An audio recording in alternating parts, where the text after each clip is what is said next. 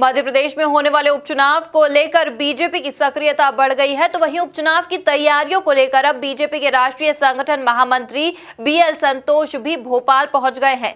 BL संतोष भोपाल में BJP के प्रदेश कार्यालय में मुख्यमंत्री शिवराज सिंह चौहान और प्रदेशाध्यक्ष वी.डी. शर्मा के साथ बैठक करेंगे। मध्य प्रदेश में 15 माह के अंतराल के बाद फिर से सत्ता में वापसी करने वाली भारतीय जनता पार्टी के लिए इस बार सरकार चलाना किसी चुनौती से कम नहीं है।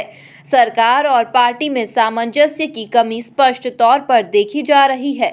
यही वजह है कि समय समय पर बीजेपी के दिग्गज नेता अपनी नाराजगी सार्वजनिक रूप से प्रकट करने में जरा भी संकोच नहीं कर रहे हैं।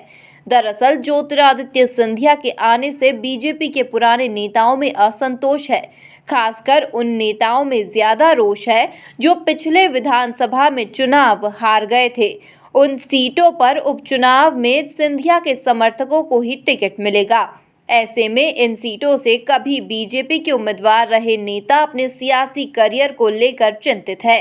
मंगलवार को ही ग्वालियर पूर्व से बीजेपी के उम्मीदवार सतीश सिकरवार ने मंगलवार को पार्टी छोड़ दी। इसके बाद बीजेपी खेमे में खलबली मच गई। बगावत की आहट सुन राष्ट्रीय संगठन महामंत्री बीएल संतोष एमपी में एक्टिव हो गए हैं। प्रदेश बीजेपी अभी जबरदस्त अंदरूनी कलह से जूझ रही है। संगठन महामंत्री बनने के बाद पहली बार भोपाल पहुंचे बीएल संतोष प्रदेश के नेताओं के साथ मैराथन बैठक करेंगे।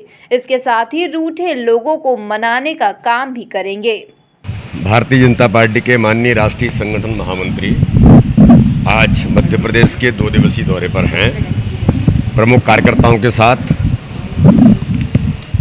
संगठन से लेकर के चुनावी तैयारियों को लेकर के वो चर्चा करेंगे और राष्ट्रीय संगठन मंत्री बनने के बाद उनका पहला मध्य प्रदेश में दौरा है, इसलिए हम उनका बहुत हृदय से हार्दिक स्वागत करते हैं। दरअसल बीएल संतोष संघ के बैकग्राउंड से आते हैं। इसके साथ ही वे पीएम मोदी और अमित शाह के बेहद करीबी भी हैं। कर्नाटक में भी उपचुनाव के दौरान उन्होंने बड़ी भूमिका निभाई थी। अब एमपी में बीजेपी को उपचुनाव में जीत दिलाने के लिए उन्होंने मोर्चा संभाल लिया है। भोपाल से राकेश शर्मा और इंदौर से कृष्णा चौधरी की रिपोर्ट।